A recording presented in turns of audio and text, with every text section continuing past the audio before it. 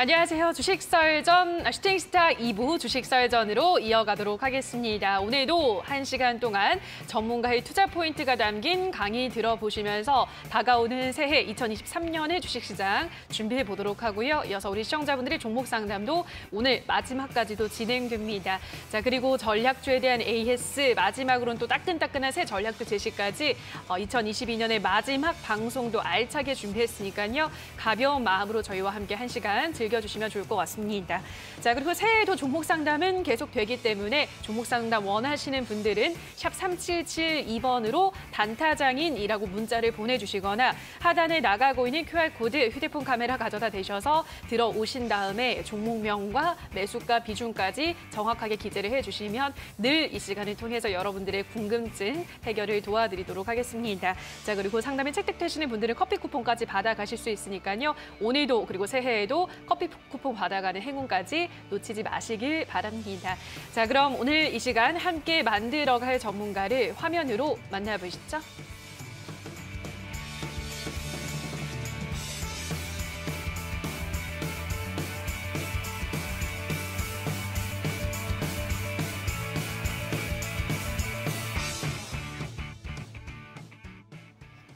자, 그럼 오늘은 단타장인 전문가와 함께 올 한 해를 마무리 지어보도록 하겠습니다. 전문가님 안녕하세요. 네, 반갑습니다. 네, 반갑습니다. 일단 2022년도 참 힘들었는데 한 해가 이렇게 끝이 났네요. 네, 간단하게 한 말씀 해주실까요, 올 한 해?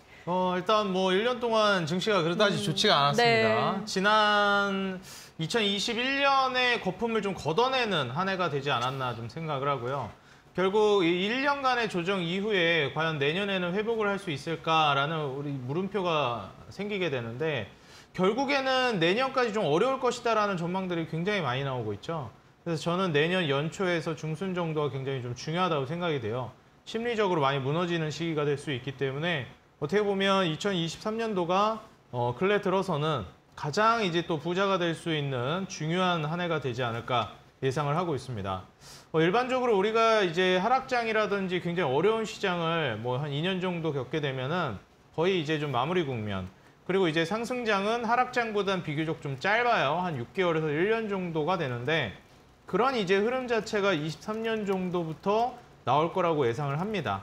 근데 항상 많은 투자자 여러분들이 지금 저점이냐 아니냐를 논하시는데 저렴해졌으면 사시면 되는 거예요. 우리가 저점을 잡으려고 하면 그게 여러분들 잡을 수가 없습니다. 그건 이제 또 신도할 수가 없는 거기 때문에 지금 시장 정도면 좀 저렴한 구간이라고 여러분들이 보셔도 괜찮아요.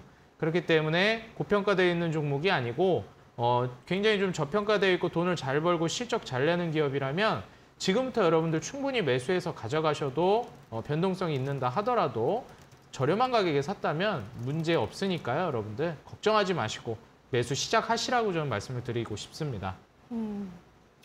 자, 이렇게 힘들었던 2022년은 미련 없이 보내버리고 다가올 2023년 희망차게 저희가 한번 새해를 또 준비를 해보도록 하겠습니다. 자, 그럼 오늘의 썰전 주제부터 화면으로 만나보시죠. 자, 첫 번째 주제입니다. 이 임금 상승을 완화하면 미국이 경기 침체를 피할 수 있을 것이라는 전망이 나왔지만 미국 경제학자들은 임금 상승을 막기는 쉽지 않을 것이라는 전망을 내놓았다고 하는데요. 관련 이야기 나눠보도록 하고요. 다음 이슈입니다.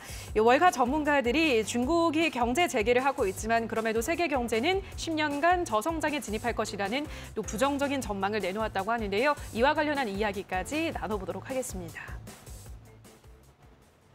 자, 그럼 오늘의 첫 번째 이슈, 임금 상승에 대한 이야기를 좀 해보려고 하는데요. 미국에 있는 경제학자들은 임금 상승을 막기는 쉽지 않을 거다라고 얘기했다고 합니다. 어떻게 보시나요? 일단 이제 임금 상승도 결국 인플레이션의 한 종류이기 때문에 그렇죠. 물가가 이렇게 치솟은 상황에서는 막을 수가 없는 게 사실이죠.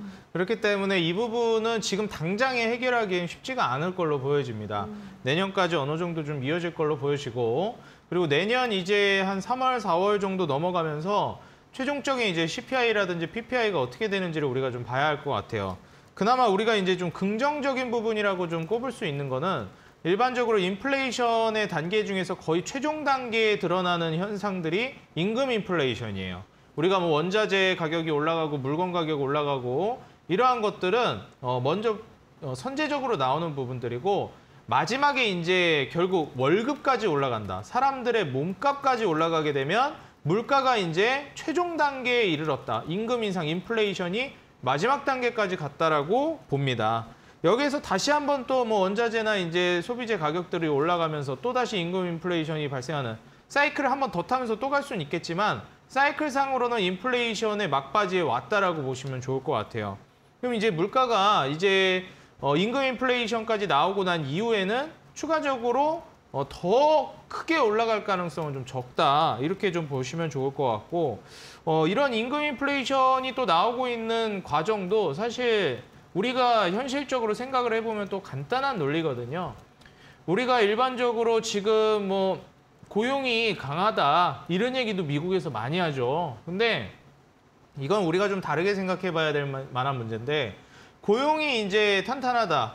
그렇다고 해가지고 지금 사회가 먹고 살기 좋고 경제가 탄탄하다고 볼 수는 없습니다. 왜냐하면 우리가 일반적으로 과거에 우리가 연봉 3천, 그러니까 제가 이제 막 학교 다닐 때는 연봉 3천만 원 신입이 이제 받는다라고 하면은 굉장히 어떻게 보면 좀 좋은 거였거든요. 와, 많이 받는다. 연봉 3천이면 한 달에 한 250만 원 정도 되는데 와, 정말 많이 받는다 이랬는데 요새는 어떤가요, 여러분들? 250만 원 가지고 할 게 없어요. 뭐 합니까? 250만 원 가지고. 그냥 생계 유지가 되는 수준이죠. 그러니까 이게 왜 이렇게 됐냐면은 과거에는 뭐 서울에 집 살려고 해도 뭐 5억 정도면은 살 수 있고 물가도 너무 저렴했고 뭐 정말 이제 밥값을 저렴하게 해결하려고 하면 뭐 한 3천 원대에도 충분히 해결이 가능했었어요. 뭐 4천 원 아래쪽으로 해서. 근데 요새는 이게 해결이 안 됩니다. 뭐 3천 원대에 한 끼 식사 해결을 한다? 이게 집에서 직접 해 먹어도 이게 뭐 거의 되기가 어렵습니다. 파 한 쪽 사도 이거 뭐 3천 얼마 하면은 재료만 사도 이거 훨씬 넘어버리죠. 그러다 보니 이게 인플레이션이 촉발되면서 결국은 사람들이 일을 더 열심히 해야 되는 상황이 펼쳐지고 지금의 임금이 만족스럽지 않은 수준이 되는 거예요. 그러니 계속해서 과거에는 3천만 원에 만족하던 사람들이 만족을 안 하기 시작합니다. 이 돈 가지고 일 시킬 거면 안 하겠다 이거죠. 아니면 혹은 투잡을 뛰기 시작한다든지 요새도 이제 항상 미디어에서도 많이 얘기가 나오는 게 뭐 부자 되는 뭐 돈 얘기가 지금 엄청나게 많이 깔려 있습니다. 왜 그렇습니까? 돈에 대한 결핍이 많아졌기 때문이에요. 과거에는 이 정도가 아니었는데 인플레이션이 이렇게 강하게 촉발될 때는 돈에 대한 니즈가 엄청나게 많이 올라옵니다. 먹고 살기 어려워졌다라는 뜻이에요. 이 소득 격차가 이런 식으로 벌어지게 되면 결국에는 이제 돈 얘기가 계속 나올 수밖에 없고 돈에 대한 결핍과 갈망이 생겨나요. 그런 사람들이 투잡을 띱니다. 말 그대로 진짜 막 야간에 일을 하나 더 다닌다든지 지금 최근에 부동산만 해도 그렇죠. 뭐 영끌이다 이런 얘기들이 많았는데 2030 세대들이 젊은 세대들이 부동산 시장에 더 늦으면 아예 안 될 것 같아서 막 진입을 합니다. 어떻게 됐죠? 주택 가격이 떨어지니까 이거를 지금 뭐 이자를 메꾸기가 어려워졌죠. 금리도 올라가니까. 그럼 어떻게 해야 되죠? 일을 하나 더 해야 돼요. 그러면서 막 야간 알바라도 뛰든지 하면서 소득을 더 늘려야 되는 상황이 최근 흐름이란 말이죠. 이런 식으로 고용이 정말 열심히 일을 해서 막 투잡 뛰고 이런 상황이 벌어지다 보니까 노동 공급이 부족하다고 하는데 이런 괴리들이 생겨나는 겁니다. 그러니까 기업 입장에서는 이 돈을 주고 쓸 사람이 없다는 뜻이에요. 일할 사람은 많습니다. 근데 그 돈에 일할 사람이 없는 거예요. 어디나 똑같습니다. 여러분들도 뭐 연봉을 이제 3천을 준다고 했다가 갑자기 연봉을 2억을 준다고 해봅시다. 일 안 하실 건가요? 일하게 됩니다. 놀려다가도 하게 돼요. 그러니까 이건 노동 공급이 부족하다 이런 얘기들이 나오고 임금이 올라간다라고 하는데 이거는 맞지가 않는 얘기예요. 그 돈 받고 일할 사람이 없는 거지 일할 사람은 많습니다. 그리고 중요한 건 이 임금 인상 인플레이션이 지금 이렇게 자연스럽게 나온 과정에서 결국에 나중에 이 자산 가치들 말 그대로 부동산 가치도 떨어지고요. 전부 다 이 자산 가치들이 뚝뚝 떨어지게 되면 이제 연봉 3천으로도 뭐 서울에 집을 살 만한 뭐 노력해 보면 할 수 있을 만한 어떻게 보면 그런 구도가 보이는데 라는 그런 이제 어떻게 보면은 청사진이 그려지면 연봉 3천 받고도 다 일합니다. 만족하면서.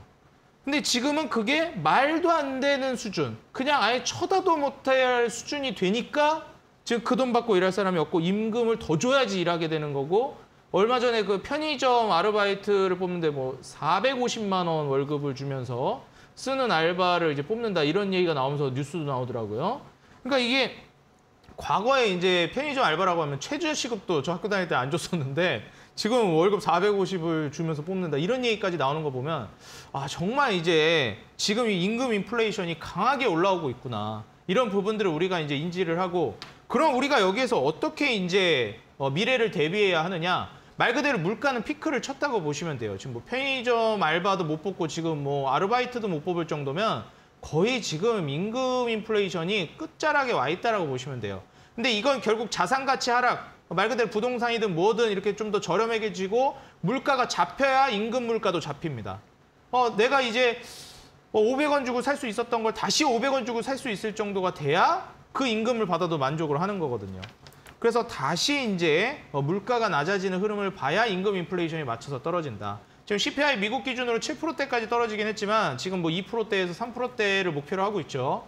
그렇기 때문에 미국의 이런 목표 수치까지 떨어지지 않는 한은 계속해서 미국은 금리 스탠스를 상방으로 이제 맞출 것이고 더 올리진 않는다 하더라도 동결하면서 고금리를 내년 중순까지 유지할 걸로 보여집니다. 이때부터 물가가 얼마나 잡히냐에 따라서 우리가 한번 지켜보고 침체 속도가 얼마나 되는지를 봐야 돼요. 침체가 좀 심해지면 금리를 다시 낮출 수가 있거나 아니면 금리를 못 낮출 것 같으면 재정 정책을 통해서 인프라 부양책을 통해 또 다른 돈풀기 정책을 할 가능성이 높거든요. 그래서 이런 부분들을 여러분들이 참고하셔가지고 내년 중순까지의 시나리오를 저랑 같이 한번 그려보시면 좋을 것 같다. 이렇게 말씀을 드리겠습니다.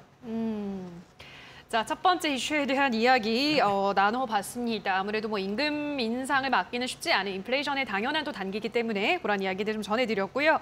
자, 그럼 다음 이슈 이야기를 해보도록 하겠습니다. 이번에는 월가 전문가가 중국이 경제 재개를 해도 세계 경제가 10년간 저성장에 들어갈 거다라고 이야기했다고 하는데요. 이러면 안 되는데요. 일단 이 이슈를 가져온 거는 가장 극단적인 부정적 뉴스들이 나오기 시작했다라는 거를 좀 보여드리기 위해서 네. 준비를 해왔어요. 일단 뭐 10년 저성장이 나올 것이다 이런 얘기가 나왔는데 여러분들 아시겠지만 10년 저성장이 나오고 안 나오고가 중요한 게 아니라 증시 사이클은 그렇게 10년 동안 죽어 있을 수가 없어요. 부동산이 아닙니다. 그렇기 때문에 지금 현재 이 뭐 월가 전문가 이런 부정적인 뉴스들 나오는 거 굉장히 극단적이고 침울한 뉴스들이 나온다는 거 그리고 투자자들을 겁먹이는, 겁주는, 겁박하는 이런 이제 뉴스 재료들이 나오고 미디어에서 안 좋은 뉴스들을 쏟아내고 있다라는 거. 이게 이제 핵심이라고 보시면 되겠습니다. 지금 증시가 저점을 향해 가고 있고 지금부터 사도 된다는 신호예요. 너희 지금 투자하면 큰일 난다라는 얘기가 나올 때 사시면 딱 됩니다. 그때 투자하시면 돈 버는 거예요. 그래서 지금 여러분들 지금 중국이 완전 경제 재개를 하면서 내년에 굉장히 좀 큰 긍정적 이슈를 불러올 만한 재료가 있어요. 제가 어제도 말씀드렸지만 이 부분을 통해서 수혜를 노리면서 수익을 내면서 다음 타자를 준비하자 말씀을 드렸죠. 오늘 실제로 이제 게임 관련된 종목들이 올라갔는데 이도 역시 이제 중국 관련된 이슈와 맞물리면서 올라갔다고 보시면 될 것 같고요. 지금 현재 높은 인플레이션 수준 때문에 내년에 이제 가장 부정적인 이슈가 이제 계속 나올 걸로 예상이 됩니다. 그래서 지금 현재 상황에서 여러분들이 투자를 이제 재개를 하셔야 되는 시점이 왔다라는 거. 이 부정적 뉴스가 극에 달하기 시작했다라는 거는 여러분들이 투자를 시작하라는 신호 중에 하나이기 때문에 여러분들이 지금 저평가되어 있는 가치 종목 그리고 성장할 수 있을 만한 재료의 종목으로 지금부터 발굴을 하셔서 매집을 시작하시는 게 좋겠다. 저는 이렇게 좀 말씀을 드리고 싶고요. 그리고 가장 중요한 건 여기에서 매수하시고 나서 변동성이 아마 클 겁니다. 하단에 가까워질수록 훨씬 더 변동성이 커지기 시작해요. 근데 중요한 건 거기서 겁먹지 않고 계속 매수를 하시는 것이 중요하고요. 그리고 이제 더불어서 여러분들이 꾸준하게 매집 형태로 해나가시는 게 가장 좋다라는 겁니다. 그래서 매집 형태로 했을 때 평균 단가 조절이 되고요. 그리고 무엇보다도 여러분들이 이제 가장 중요하게 생각을 하셔야 되는 거는 사자마자 올라갔으면 좋겠다라는 생각을 하면 안 됩니다. 매수를 하고 나서 지금이면 충분히 저렴하기 때문에 기다리면 이 주식은 오를 기업이다. 이런 가치 평가를 할 줄 아셔야 되고 지금 시장의 심리 상태가 어떤지만 아시면 돼요. 시장의 심리 상태는 어떻죠? 최극단을 향해 가고 있는 상황입니다. 내년에도 경기 침체다, 너무 어렵다라는 얘기가 계속해서 나오고 있죠. 근데 내년에 경기 침체라고 하는데 산다라는 건 좀 너무 빠르지 않나요? 경기 침체가 왔다고 하는데 경기 좀 살아난다고 할 때 사면 안 될까요? 하시는데 여러분들이 말씀하시는 그 경기가 살아났을 때 매수를 해야 되겠다라고 할 때 이미 늦어요. 왜냐하면 이제 주식 사이클은 항상 선반영되기 때문에 경기가 정말 뭐 다 죽어가기 직전일 때 이럴 때 여러분들이 매수를 하셔야 가장 이제 좋은 투자 수익률 성과를 낼 수 있다라고 말씀을 드리면서 주식 사이클은 경기와 같이 움직이지 않는다라는 거. 경기 사이클과는 따로 별도의 움직임을 보여준다라는 걸 말씀드리면서 장기적으로는 경기 사이클을 따라가지만 단기적으로나 중기적으로는 개별적인 사이클을 보여주는 만큼 여러분들이 경기 사이클을 따라서 주식 투자를 하려고 하게 되면은 좀 어떻게 보면 좀 엇박자를 탈 가능성이 매우 높습니다. 부동산과는 또 다르거든요. 그래서 여러분들이 주식 투자를 통해서 아마 먼저 좀 빠르게 수익을 낼 가능성이 있고 23년도에 여러분들이 잘 투자하신다면 그리고 여기에서 수익 낸 걸로 여러분들 아마 부동산을 투자하시면 돈 번 거에서 다음 걸로 갈아탔는데 또 돈을 버는 아주 좋은 효과를 낼 수가 있습니다. 왜냐하면 일반적으로 주식이 선반영, 부동산이 후반영이기 때문에 여러분들이 증시 사이클을 통해서 수익을 한번 내고 부동산으로 넘어가시면 그때부터 부동산이 오를 가능성이 높거나 오르는 초입일 가능성이 높아요. 조금 더 뒤늦게 움직이는 경향이 있거든요. 그래서 주식은 벌써 작년부터 신나게 빠졌는데 부동산은 작년까지만 해도 정말 분위기 너무 좋았거든요. 그래서 이런 부분들을 여러분들이 잘 참고하셔가지고 지금 무슨 종목을 매수해야 될지 장기적으로 이 종목으로 내가 매집을 해나가야 될 종목이 무엇인지 이걸 찾아내는 게 정말 중요하다고 말씀드리고 싶습니다. 결국 핵심은 이렇게 경기가 안 좋다는 뉴스에도 불구하고 돈을 잘 버는 기업 너무 많아요, 지금. 그런 기업이 너무 많고 그런 기업을 골라서 내년에도 잘 벌 건지 후년에도 잘 벌 건지 지금도 잘 벌고 있는데 그 가격 대비해서 시총도 저렴하고 추후에도 계속 잘 벌 걸로 기대되는 기업이라면 경기 침체가 와가지고 주가가 떨어지면 좋은 거죠. 뭐 블랙 프라이데이네 생각하시면서 계속 저렴하게 사시면 되겠다. 이렇게 말씀드립니다. 뭐 아무리 10년간 실제로 저성장에 진입을 한다고 해도 주식시장이 10년간 계속 침체가 될 수는 없다. 시장은 늘 사이클을 타기 때문에 오히려 이렇게 극단적인 부정적인 기사가 나왔을 때 또 매수 타이밍이 된다는 것을 기억을 하자라고 말씀을 해드렸습니다. 그렇다면 또 내년에 어떤 섹터들이 좋을지는 계속해서 단타장인 전문가님들의 팁을 들어보시면 좋을 것 같고요. 샵 3772번으로 단타장인이라고 문자 보내주시거나 하단에 나가고 있는 QR코드 휴대폰 카메라 가져다 대셔서 노란톡에 들어오시면은 새해에도 활발하게 노란톡을 통해서 더 많은 정보들을 실시간으로 알려드리고 있으니까요. 참여해 보시면 좋을 것 같습니다. 자, 그리고 오늘 또 무료 방송도 오늘 올 한 해 2022년의 마지막 무료 방송 진행한다고 하는데요. 오늘은 어떤 이야기 위주로 방송을 해주시나요? 역시 이제 지금 트렌드는 중국 소비주이기 때문에 그렇죠. 어제도 그렇고요. 그리고 지난주도 그렇고 계속 중국 소비주에 대해 제가 강조를 좀 해드리고 있습니다. 그래서 오늘 이어지는 온라인 공개 방송에서도 마찬가지로 이제 중국 관련주에 대한 얘기를 이어갈 거고요. 어떤 기업을 투자해야 하는지, 뭐 실제로 배당락 때문에도 계속 좀 증시가 좀 어렵기도 했고 12월 연말까지도 계속 이제 증시가 고점 대비해서 쭉 빠지는 모습을 보여줬는데 여러분들이 지금 같은 시점부터 좀 단기적으로 수익을 낼 만한 중국 종목으로 수익을 내고 그 다음에 이제 좀 바닥권에 있는 경기 순환주들을 매매하는 것도 한 가지 방법이다. 이렇게 좀 말씀을 드렸죠. 그렇기 때문에 지금 중국 관련된 종목들 어떤 종목을 매수해야 하는지 오늘 온라인 공개 방송 오셔가지고 도움 받아가시기 바라겠습니다. 일단 요즘은 중국의 경제 재개, 이 국경 개방이라는 것이 가장 큰 시장에 큰 호재로 작용을 하고 있기 때문에 중국 소비주들로 일단 수익을 내셔야 된다라고 늘 강조를 해드리고 있죠. 그런 만큼 이어지는 온라인 방송에서는 중국 관련 소비주 중에서 또 앞으로 큰 이 효자 노릇을 할 수 있을 만한 종목들을 정리해드린다고 하니까요. 포털 검색창에 슈팅스타 검색하시고요. 홈페이지에 들어오셔서 스크롤 조금만 내려보시면 단타장인 전문가 사진 아래에 방송 보기라는 버튼이 있습니다. 버튼 누르고 입장하셔서 오늘 준비된 중국 관련 소비 수혜주들에 대한 이야기 들어보시면 좋을 것 같고요. 자, 그리고 저희가 방송 마지막에는 전문가가 준비한 오늘의 도전 상한가 종목에 대한 힌트 하나하나 풀어드리죠. 힌트 들어보시고 정답을 아시는 분들은 마찬가지로 온라인 방송에 들어오셔서 댓글 남겨주시면 추첨을 통해서 커피 쿠폰 드리도록 할 테니까요. 많은 참여 기다리고 있도록 하겠습니다. 자, 그럼 오늘의 썰전 주제를 다시 한번 화면으로 정리하고 오시죠.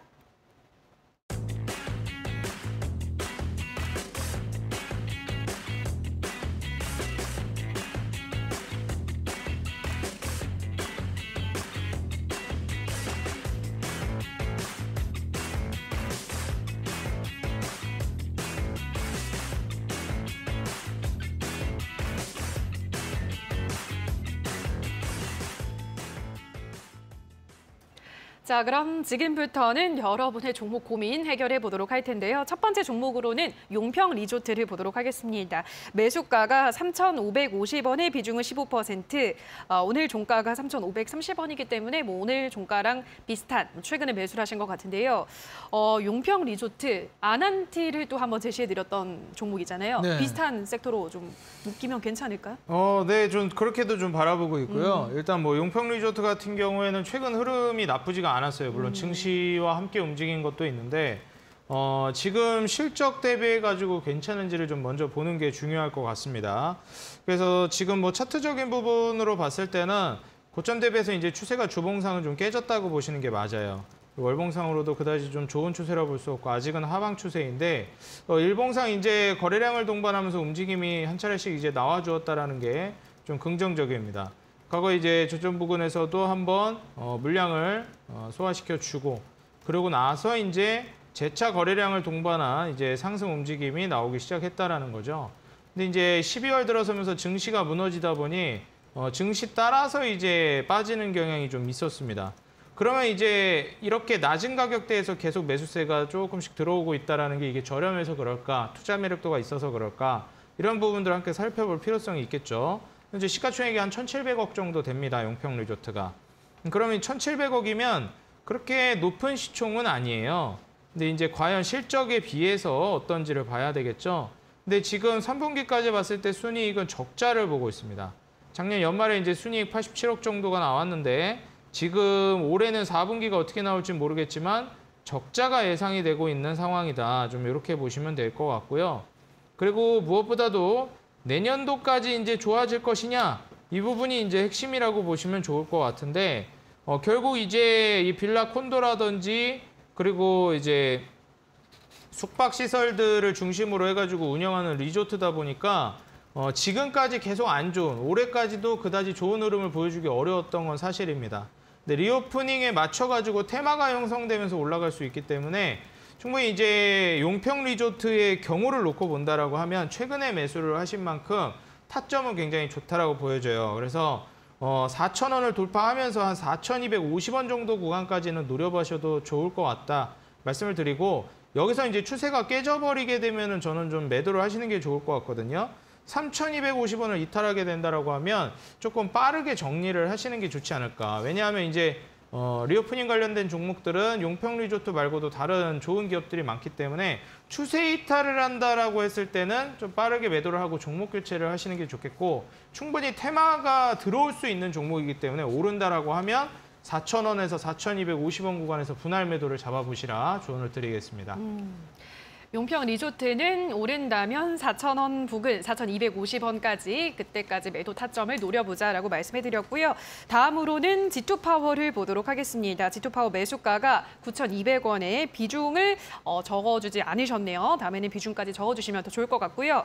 G2파워는 일단 우리 어제도 원전 이야기 좀 했던 것 같은데요. 정말 네. 그죠? 조금 더 가져가 볼까요? 네, 이 G2파워 같은 경우에는 테마 좀 형성하면서 계속 가져가면 좋을 것 같긴 한데 사실 원전이 이제 테마로 본다라고 하면 G2파워가 정말 매력적이긴 합니다. 근데 만약에 이제 테마가 없다라고 하면 G2파워의 매력도가 많이 떨어져요.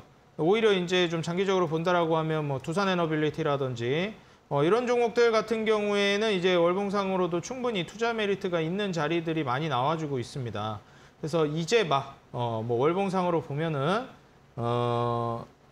그렇게 많이 안 올라간 걸로 보여요. 근데 사실 그렇진 않습니다. 어느 정도 올라가긴 했어요. 두산에너빌리티도 지금 다시 좀 떨어지긴 했지만. 그래서 지금 추세 자체가 좀 꺾이고 있는 양상인데 만약에 이제 장기적으로 본다라고 하면 G2파워는 실질적으로 지금 장기 투자하기 조금 부담스러울 수는 있다. 이런 부분들을 좀 말씀을 드리고 싶고요. 그리고 두산에너빌리티가 조금 더 매력적이고 테마를 이제 노리고 간다라고 하시면 저는 기술적으로 움직임이 나오기 시작했을 때 좀 보시는 게 좋을 것 같아요. 그래서 만약에 이제 G2파워의 경우를 이제 놓고 보시면 7,200원을 이제 이탈한다고 한다. 라고 하면은 손절 라인을 7,200원으로 잡고 가시라고 말씀을 드리고 싶고요. 이제 목표가 라인을 잡고 간다라고 하시면 저는 이제 12,000원 라인 때까지 상승을 잡아볼 수 있기 때문에 10,000원을 뚫는 상승을 노려보시라고 말씀을 드리고 싶어요. 그래서 10,000원 돌파하면서부터 위로 어디까지 가는지 보시고 거기서 이제 분할 매도를 하시라고 말씀을 드리고요. 7,200원을 이탈하게 되면 가급적이면 이제 종목을 좀 정리해서 종목 교체를 하시는 게 좋을 것 같다. 이렇게 조언 드리겠습니다. 네. 지투파워는 손절가를 7,200원, 목표가는 12,000원 제시해드렸고요. 자, 그럼 다음으로는 제주은행 상담 도와드리겠습니다. 매수가가 8,800원, 비중은 50% 보유하고 있으시기 때문에 지금 수익권에 있습니다. 제주은행. 아마 근데 이제 그 고점에서 좀 못 판 게 좀 아쉬울 것 같은데 예, 제주은행은 어디에서 다시 매도 타점을 잡아볼까요? 일단 제주은행은 최근에 흐름이 계속 좀 우상향을 하고 있잖아요. 맞아요.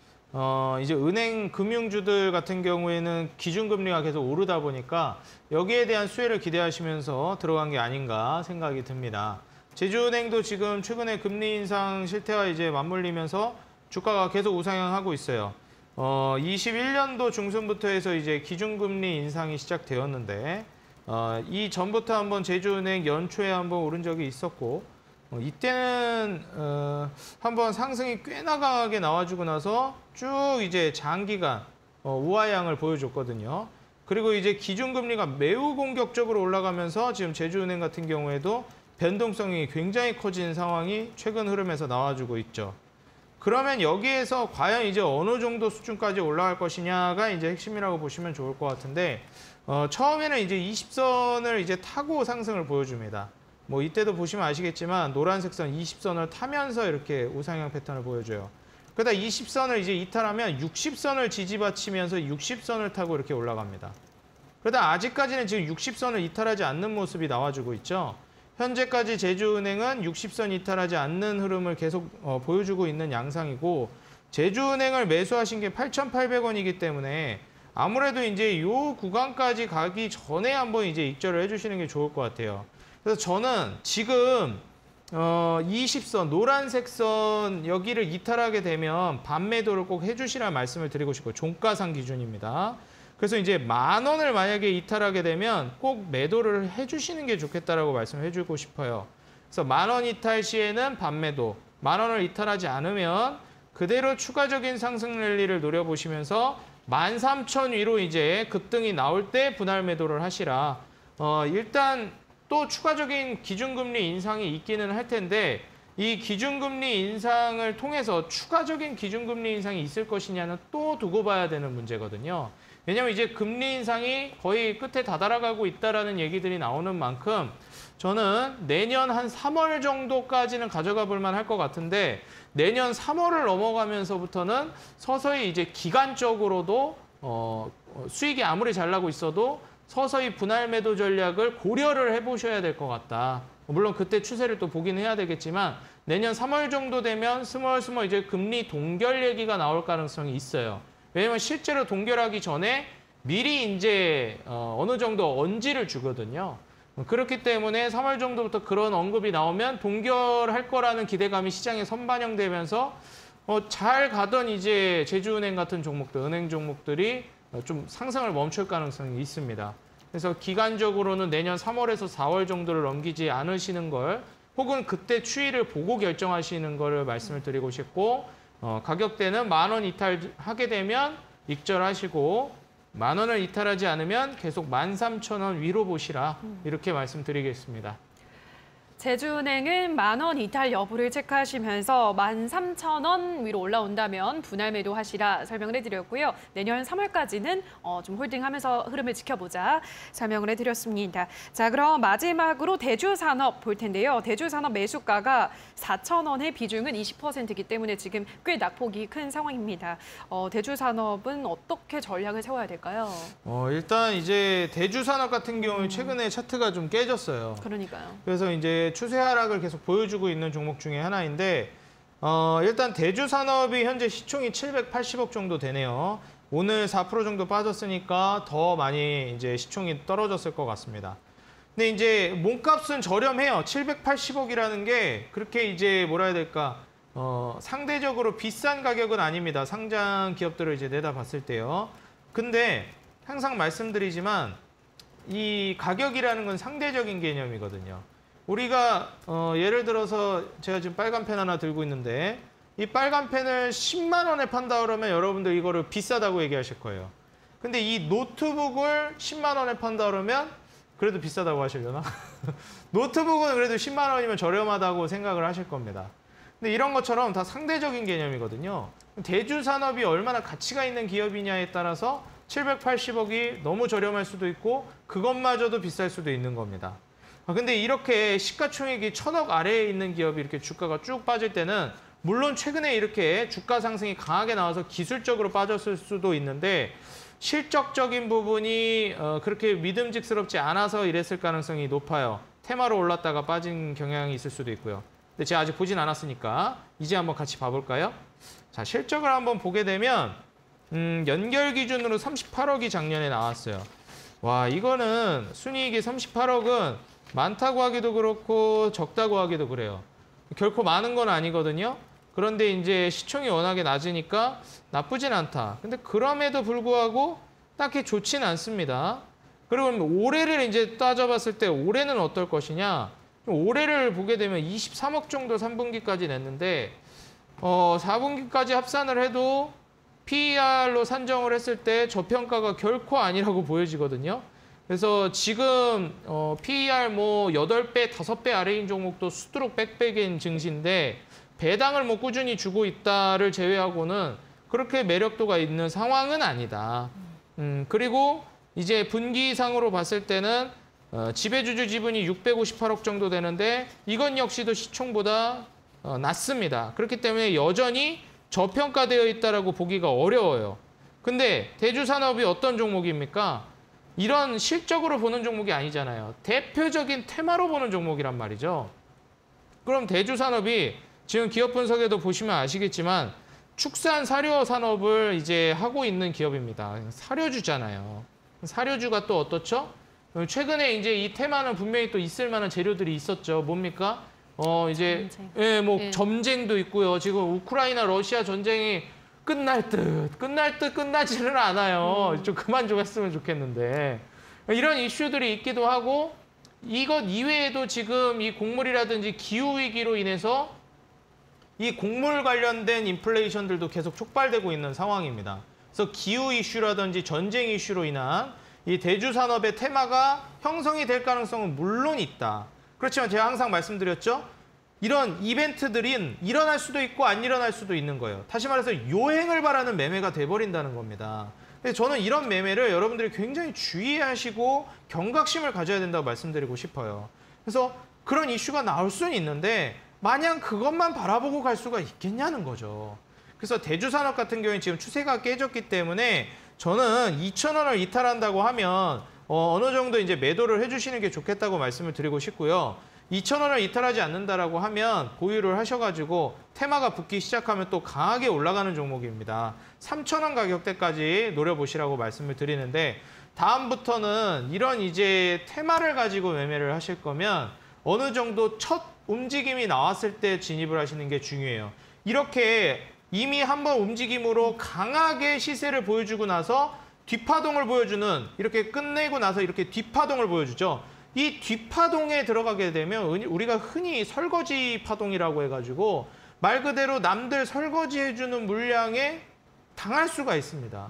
그런 만큼 이슈가 이미 연초부터 강하게 나오면서 주가를 밀어 올렸는데 뒤에 다시 말아 올리는 파동에서 여러분들이 접근을 하시면 이건 테마 매매를 하는 접근에서도 너무 안 좋은 접근이기 때문에 다음부터는 이 실수를 하지 않으시고 지금같이 중국 소비주 테마는 어떻게 되고 있죠? 이제 막 떠오르는 테마예요. 그렇죠. 그렇죠. 중국은 이제까지 벌써 몇 년이에요. 막 5년, 6년을 잠자고 있던 테마인데 이제 살아나는 거거든요. 이런 거를 접근하셔야 테마도 수익을 낼 수가 있는 거예요. 근데 대주산업은 너무 좀 뒷북 개념이 있는 테마입니다. 제가 손절가, 목표가 잡아드리긴 했는데 손실이 커가지고 당장 손절을 하고는 못하겠고 2,000원으로 좀 타이트하게 손절가 잡아드렸으니까 만약에 이제 이탈하지 않으면 목표가까지 보시고 이탈하게 되면 지금 중국 관련된 종목들로 충분히 지금부터 수익 낼 수 있는 종목들이 많거든요. 오늘 또 공개 방송에서도 알려드릴 테니까 꼭 오셔서 그 종목으로 수익 내면서 가시라고 말씀드리겠습니다. 자, 대주산업까지 우리 시청자분들의 종목 상담 도와드렸는데요. 새해에도 여러분들의 종목 상담 계속되기 때문에 샵 3772번으로 단타장인이라고 문자를 보내주시거나 하단에 나가고 있는 QR코드 휴대폰 카메라 가져다 대셔서 바로 노란톡에 입장하셔서 앞으로도 종목명과 매수가 비중 올려주시면 저희가 상담 꼼꼼하게 도와드리도록 하겠습니다. 자, 그럼 저희는 잠시 후 전략주에 대한 AS 시간으로 돌아오도록 하겠습니다.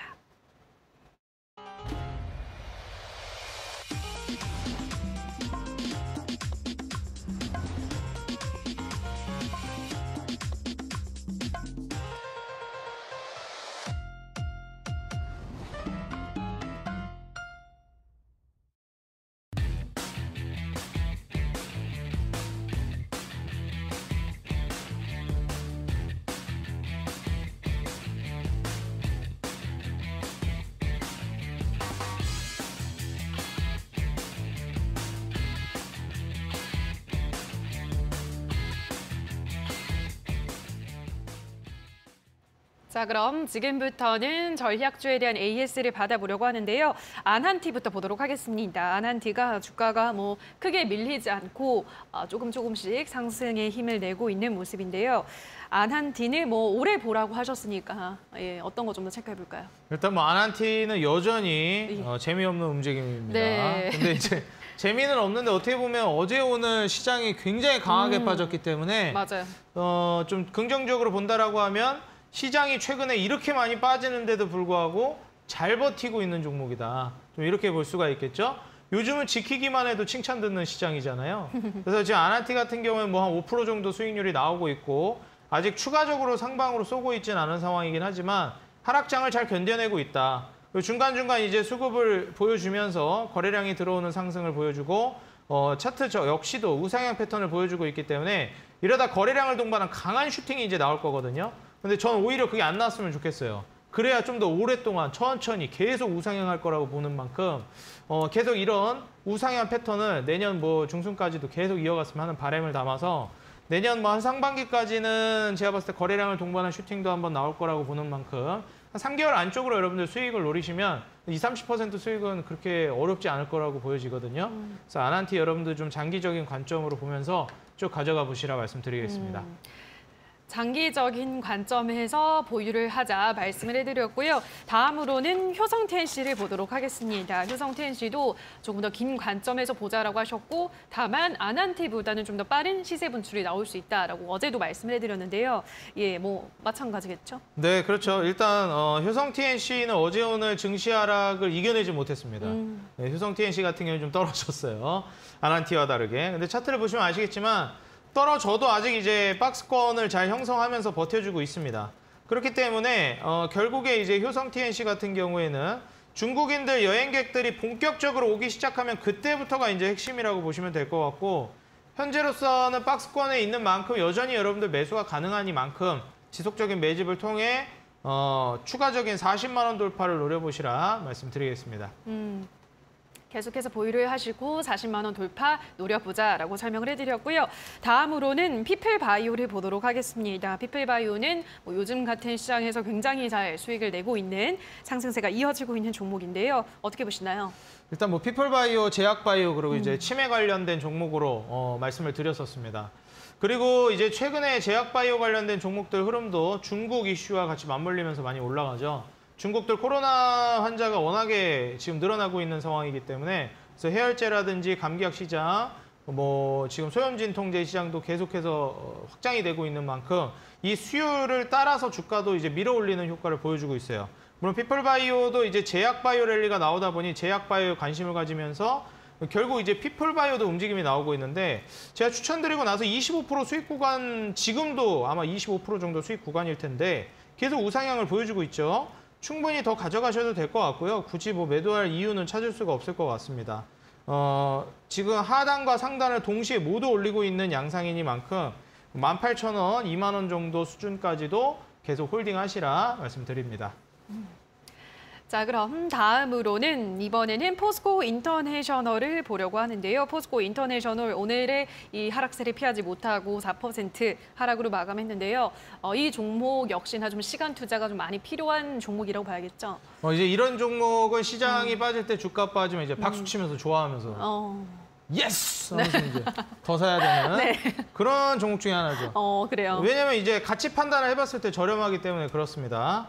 이제 차트를 보시게 되면 시총이 오늘 하락을 반영하진 않았지만 3조가 안 돼요. 한 2조 9천억 아래로 더 떨어졌을 거예요, 아마.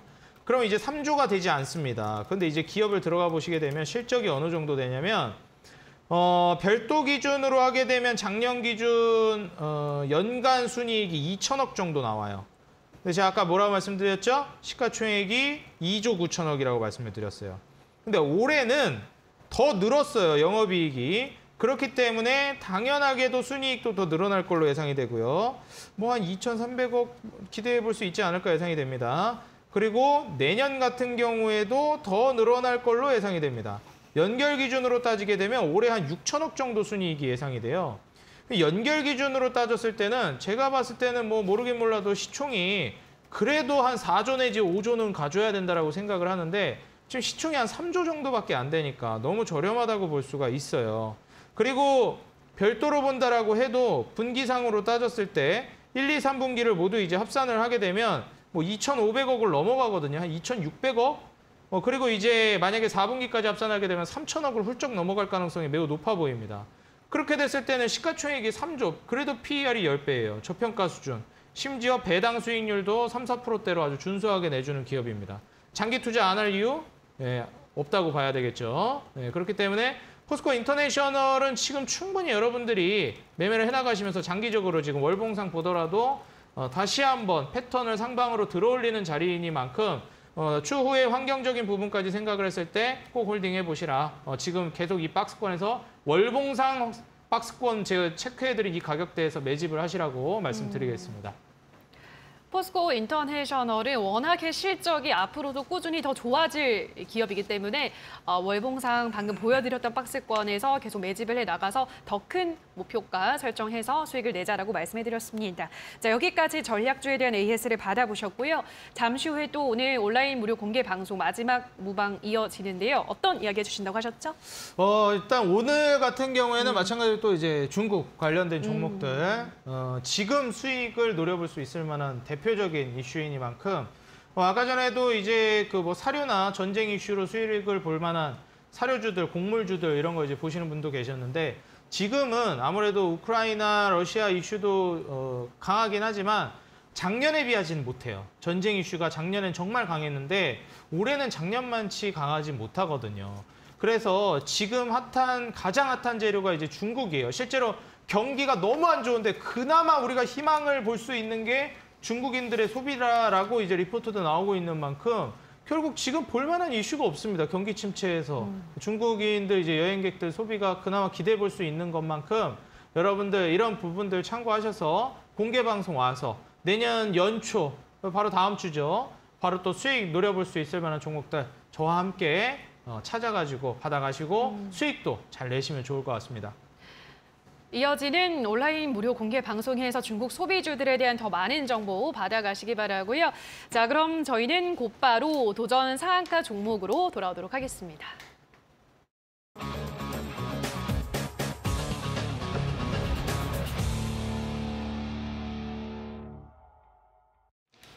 자, 그럼 오늘 도전 상한가 종목 만나볼 텐데요.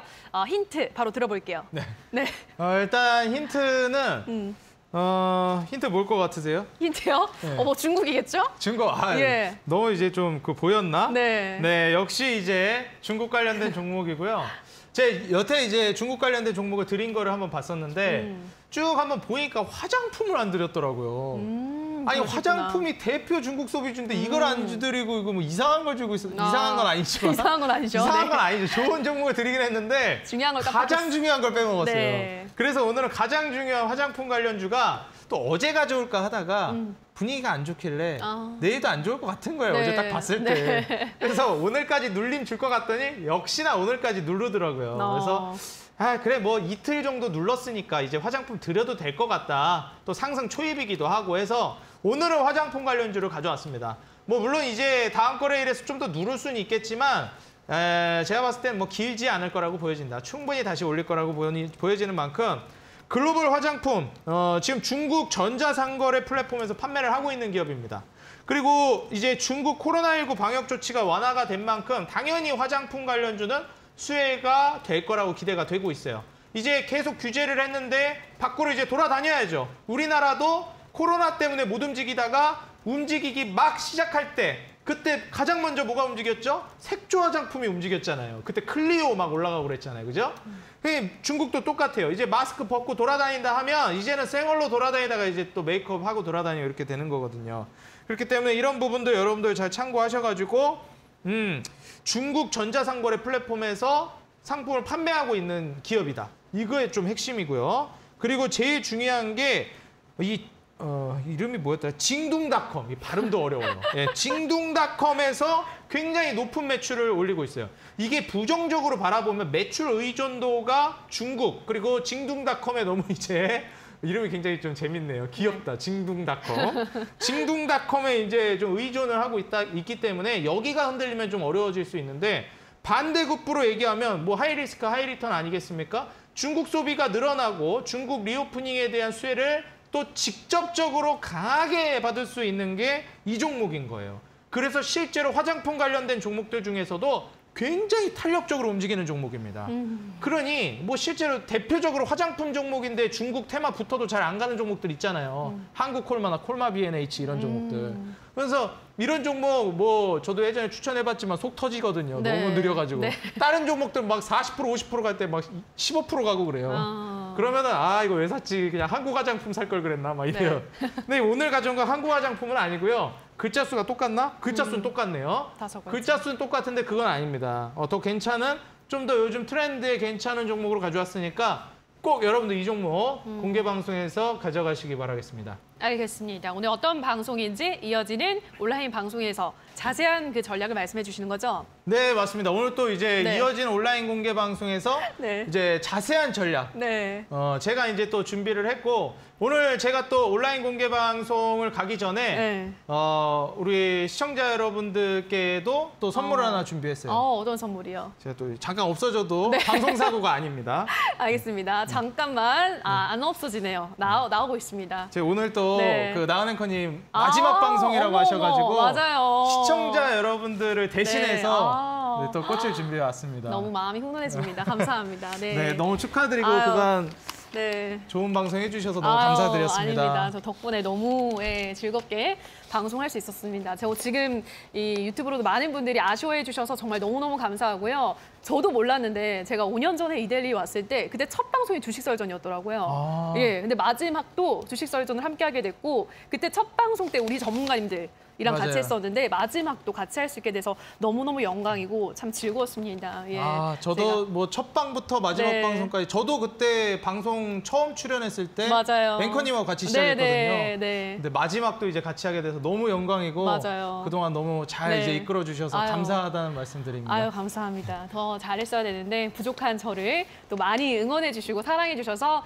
너무너무 감사드립니다, 여러분. 저는 이제 여기서 인사를 드리지만 저희 슈팅스타 계속해서 많은 사랑 보내주시기 바랍니다. 내년에도 여러분의 성투를 기원하고 응원하도록 하겠습니다. 자, 그리고 오늘 뭐 할 건 다 하고 가야죠. 이어지는 온라인 무료 공개 방송에 들어오셔서 단타적인 전문가가 준비한 중국 소비주 꼭 확인을 해보시면 좋을 것 같습니다. 자, 그럼 오늘 여기서 마무리를 짓도록 하겠습니다. 그동안 슈팅스타 그리고 저를 사랑해주신 여러분들 감사하고요. 새해에도 슈팅스타, 쇼미더스타과 주식설전은 계속 되니까요. 여러분들의 많은 사랑 부탁드리도록 하겠습니다. 그동안 많이 응원해 주셔서 정말 다시 한번 감사의 말씀 올리겠습니다. 여러분 고맙습니다. 새해 복도 많이 받으세요. 고맙습니다.